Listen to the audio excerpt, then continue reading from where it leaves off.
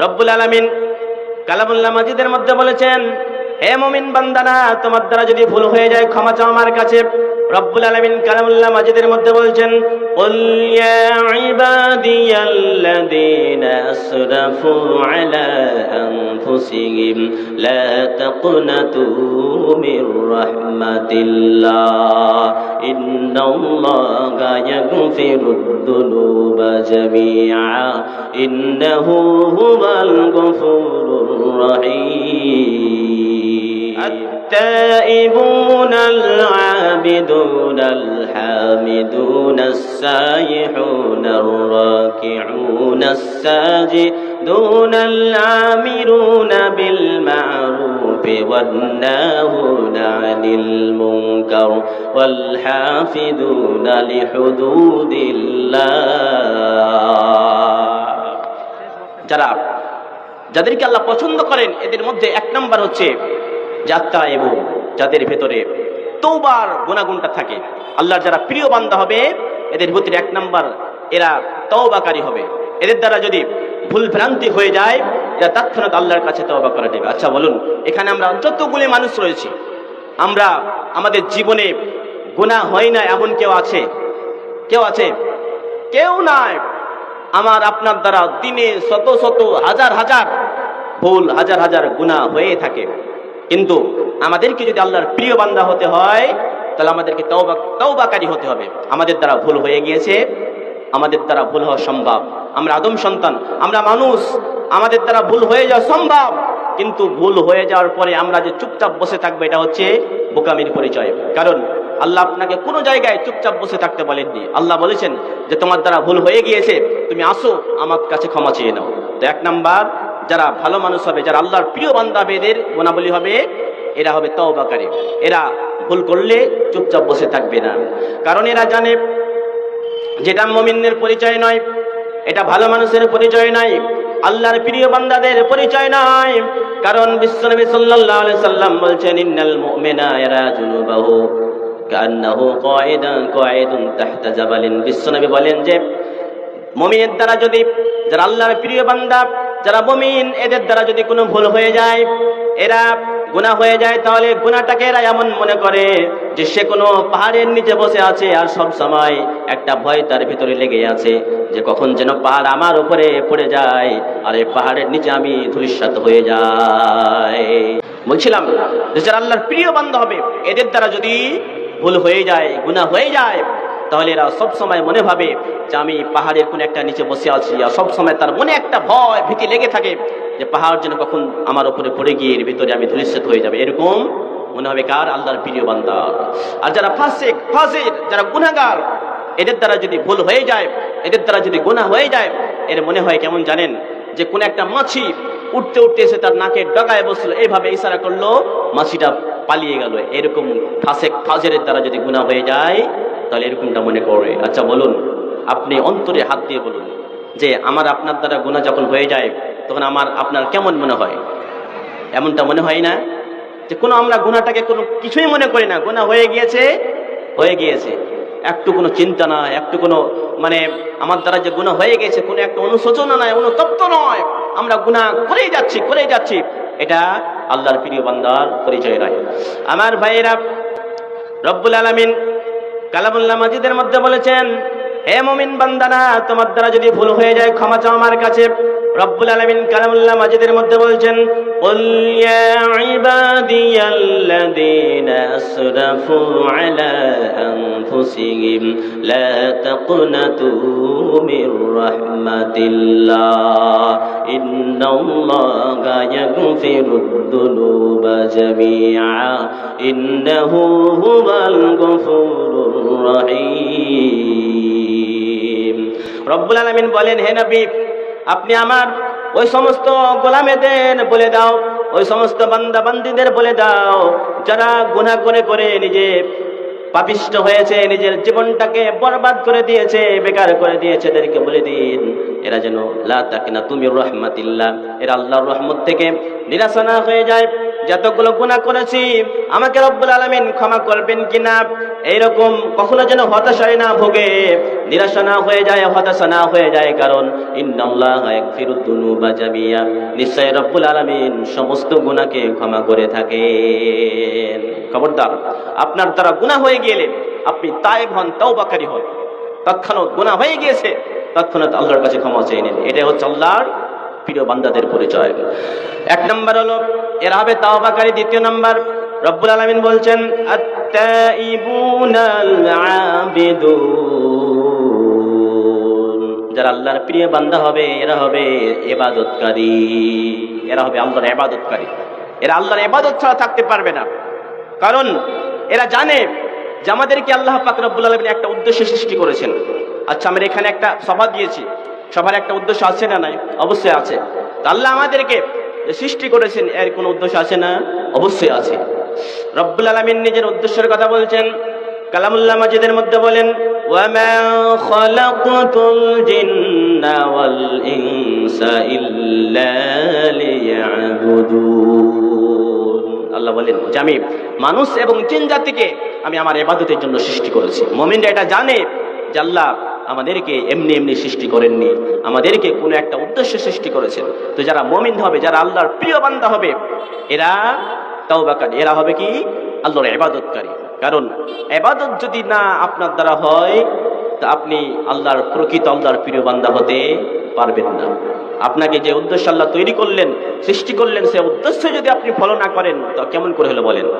কেমন করে হলো বলেন? এখানে অনেকগুলো মানুষ রয়েছে, আমরা কে কজন নামাজ পড়ি গো বলেন? আমাদের দ্বারা নামাজ হয় না, নামাজ পড়ি না, আমরা ইচ্ছাকৃত নামাজ ছেড়ে দেই, আল্লাহর ইবাদত করি না। অথচ আল্লাহ আমাদেরকে ইবাদতের জন্য সৃষ্টি করেছে। এটা যদি না করেন আপনি ইবাদত, তো আল্লাহর যে উদ্দেশ্য আপনাকে সৃষ্টি করেছে উদ্দেশ্য পালন হলো? পালন হলো না। যদি আপনি আল্লাহর উদ্দেশ্য পালন না করেন আল্লাহর প্রিয় বান্দা হতে পারবেন? পারবেন না। তো কি হবে? আল্লাহর যারা প্রিয় বান্দা হবে এরা হবে ইবাদতকারী। 3 নম্বর রব্বুল আলামিন বলেন আত-তাইবুনাল আবিদুনাল হামিদুন।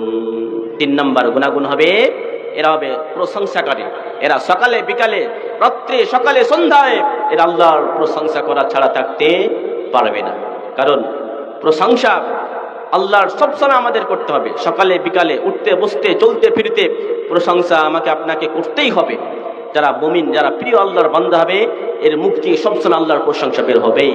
কারণ এরা জানে যে ছোট ছোট আল্লাহর প্রশংসা রয়েছে, যে প্রশংসাগুলি যদি আমরা করি আমরা অবশ্যই সফল হব।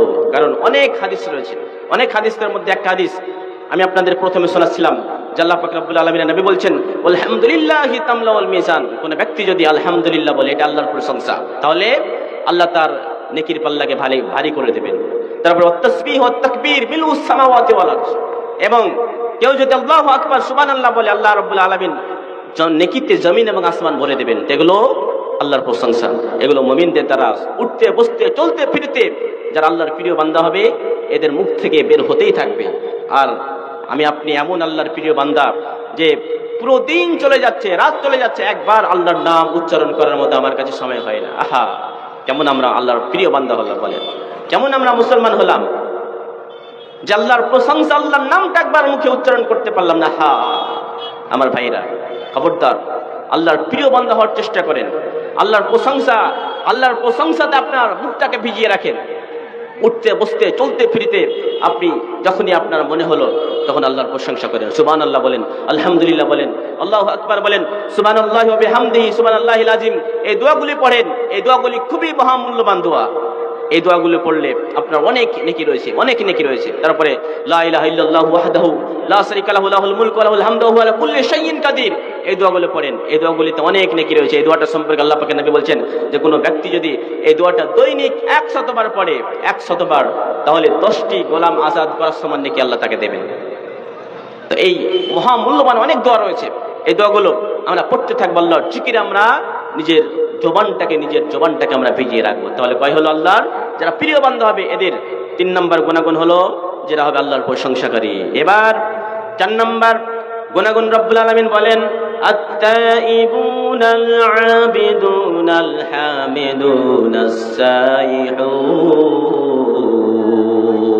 নাম্বার যে আল্লাহর প্রিয় বান্দাদের গুণাবলী হবে সেটা হচ্ছে যারা হবে রোজা পালন করে। এর সামনে আমাদের রোজা আছে, আমাদের মধ্যে অনেকে আছে রোজা পালন করতে চায় না, রোজা রাখতে চায় না। অনেক আবু জাহেল মার্কা লোক রয়েছে, তারা বলে যে রোজা রাখবো কেন?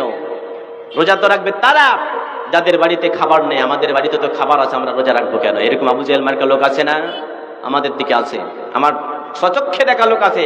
সে ডাইরেক্ট বলে যে রোজা রাখবো কেন? যারা গরিব, যাদের বাড়িতে খাবার নেই, খাবার বাঁচানোর জন্য ওরা রোজা রাখবে, আমরা কেন রোজা রাখবো? এরকম বলা ঠিক?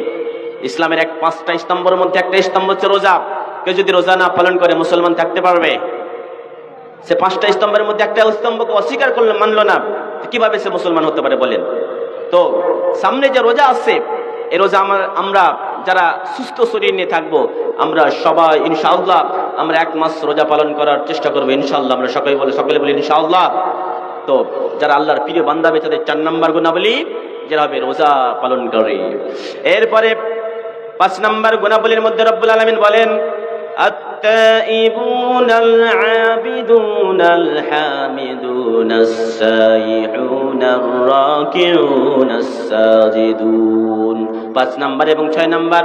5 নাম্বারে বলছেন রব্বুল আলামিন যারা হবে রুকুকারী মানে নামাজি হবে। 6 নাম্বারে বলছেন এরা হবে সাজদাকারী মানে অর্থাৎ নামাজি। আচ্ছা, আমরা আল্লাহর যে ইবাদত, অনেকগুলি ইবাদত করি, ইবাদতের মধ্যে কোন ইবাদতে রুকু এবং সাজদা আছে সেটা নামাজ নাকি? নামাজ তো যে ইবাদতগুলো আমরা করি সেই ইবাদতের মধ্যে রুকু সাজদা থাকে। কোন ইবাদতে? আল্লাহ নামাজে আমরা রুকু সাজদা করি। তাহলে যারা আল্লাহর প্রিয় বান্দা হবে এদের 5 এবং 6 নাম্বার গুণাবলী হবে যারা হবে কি? নামাজি হবে। এরা নামাজি। কিন্তু আজকে তো অনেকে আমাদের মধ্যে নামাজের ধারেই ধরে না, ধারের কাছে যায় না। তো আমরা আল্লাহর প্রিয় বান্দা হতে পারবো কি করে? আমার ভাইরা, খবরদার নামাজকেও ত্যাগ করিয়েন না। নামাজ ছাড়া আপনার গতি নাই। নামাজ না পড়লে আপনার জান্নাত যাওয়া হয়ে গিয়েছে। কারণ যারা জাহান্নামে যাবে এদের একটা কারণের মধ্যে একটা কারণ হচ্ছে বেনামাজি। যারা বেনামাজি এরা জাহান্নামে যাবে। কোরআনুল কারীমের মধ্যে আছে যে জান্নাতীরা যখন জান্নাতে যাবে, জান্নাতীরা যখন জান্নাতে চলে যাবে, জাহান্নামী ভাইদেরকে জিজ্ঞেস করবেন, আচ্ছা ভাই তোমরা কেন জাহান্নামে আসলা? তোমরা কি কারণে জাহান্নামে আসলা বলো? তখন জাহান্নামীরা উত্তর দেবে, ক্বালু লাম নাকু মিনাল মুসাল্লিন, আমরা নামাজি ছিলাম না।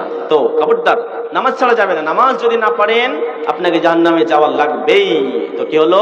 6 এবং 5 এবং 6 হলো এরা হবে সাজদাকারী, রুকুকারী। 7 الساجدون الراكعون الساجدون الآمرون بالمعروف والنهي عن المنكر। 7 এবং 8 এরা হচ্ছে সৎ কাজের আদেশ দেবে এবং মন্দ কাজের নিষেধ করবে। সৎ কাজের আদেশ দেবে, মন্দ কাজের নিষেধ করবে। নিজে সৎ কাজ করবে, এক অপরকে সৎ কাজ করতে বলবে।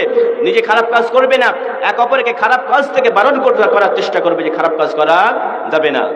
হয়ে গেল 7 এবং 8 এবং 9 নম্বর হচ্ছে ওয়াল হাফিজুনা লিহুদুদিল্লাহ। এরা আল্লাহর হদ, আল্লাহর যেটা বিধান রয়েছে এটাকে এরা সংরক্ষণ করার চেষ্টা করবে। এখানে হুদুদ বলতে এখানে আল্লাহর ফরজ যেগুলো রয়েছে এগুলো, হুকুম আহকাম, এগুলোর এরা হেফাজত করবে। যারা আল্লাহর প্রিয় বান্দা হবে এই 9টি গুণাবলী এদের ভিতরে থাকবে। আমার ভাইরা, এতক্ষণ পর্যন্ত আমি বলতে চাচ্ছিলাম আপনাদের সামনে যে যাদেরকে টোটালি পছন্দ করেন না এরা কারা, এদের ভিতরে কি কি দোষ, কি কি ত্রুটি থাকবে এদের কথা বললাম, এবং যারা আল্লাহর প্রিয় বান্দা হবে এদের ভিতরে কি কি গুণাবলী থাকবে। তা আমরা চেষ্টা করব যে আল্লাহর অপ্রিয় বান্দা হতে দূরে থাকা। আল্লাহর যারা অপছন্দনীয় বান্দা এদের ভিতরে যে খারাপ গুণগুলো থাকবে এই গুণগুলো যদি আমাদের ভিতরে কসমিন কালো না আসে, এবং আল্লাহর যারা প্রিয় বান্দা এদের গুণাবলী যেন আমাদের ভিতরে আল্লাহ ধারণ করার আমাদেরকে তৌফিক দেন। আমরা সকলে বলে আমিন।